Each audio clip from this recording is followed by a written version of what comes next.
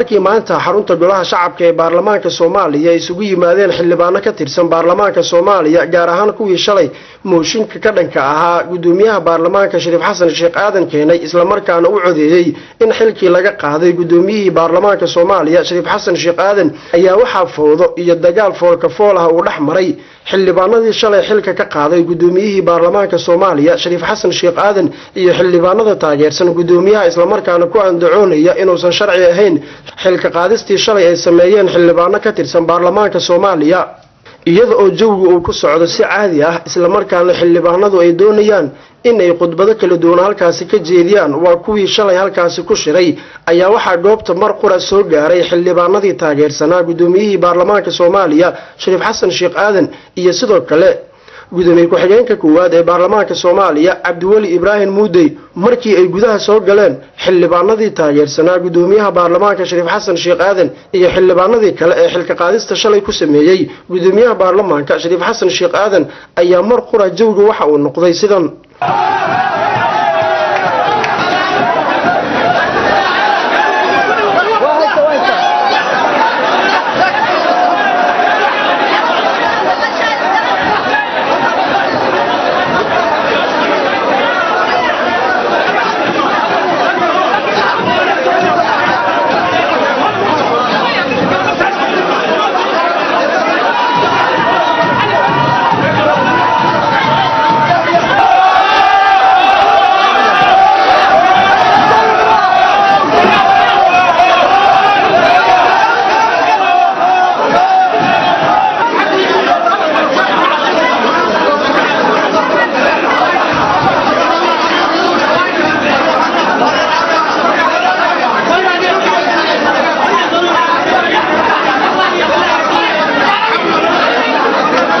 buuqan iyo sabaxanka iyo dagaalka foolka ah ee gacanka hadalka ahaa ee dhaxmaray xildhibaanadii taageersanaa gudoomiyaha baarlamaanka iyo kuwii xilka qaadista ku sameeyay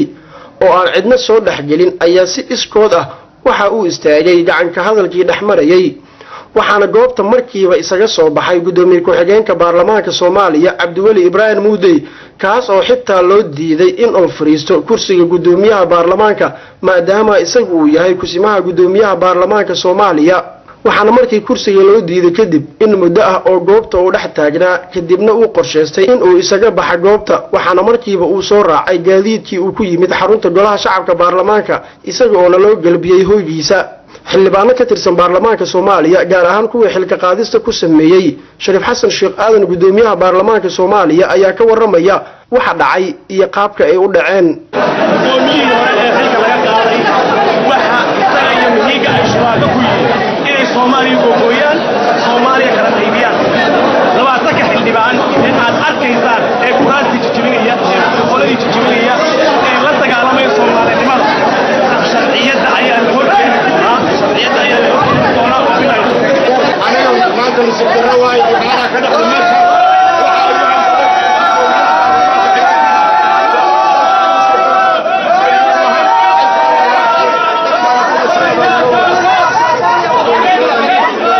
xildhibaan Ibraahim Isaaq Yarow waxa uu ka mid yahay xildhibaanada taageersan gudoomiyaha baarlamaanka Soomaaliya Shariif Xasan Sheekh Aadan isla markaana ku doodaya in xilka qaadista sharci darro ay tahay waxaana uu ka waramay sida ay wax u dhacayaan iyo sidoo kale isaga aragtidiisa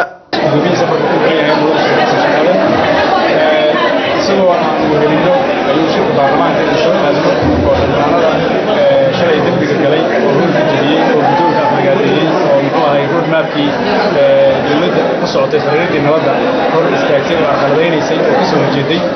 diidanaayeen in shirka wada tashiga dastuurka ku ansixinayo garow lagu qabto diidanaayeen kuwii diidanaayay in baarlamaanka reform lagu sameeyo markii shalay halkan ku yimaadeen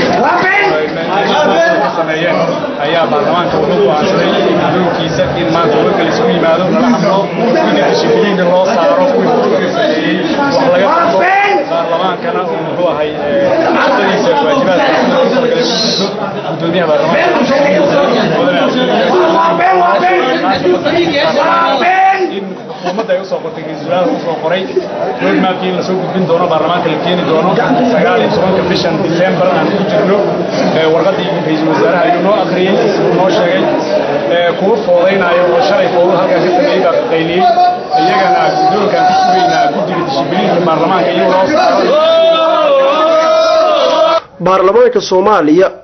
oo caada ahaan lagu yaqaano in ay gacanta isula tagaan marka uu dhex yimaado khilaaf sidan oo kale iyo mooshinno ka dhan ah madaxda dawladda ku meel gaarka ee Soomaaliya iyo sidoo kale marka la ansixinayo soo gelitaanka ciidamada shisheeye ayaan la ogaan karin khilaafkan hadda jira waxa uu ku dambeyn doono iyo mustaqbalka xildhibaanada baarlamaanka Soomaaliya inkasta oo xildhibaanada qaarkood ay ku doodayaan in gebi ahaanba aanu shaqayn karin baarlamaanka hadda jira iyo madaxda dawladda ugu sareysa kuwaasi oo sheegaya in akoorkii Kampala uu dhigayo in gebi ahaanba dawladdu for example ahaan hadda u taagan tahay balse wax shaqo ah aanu u oolin.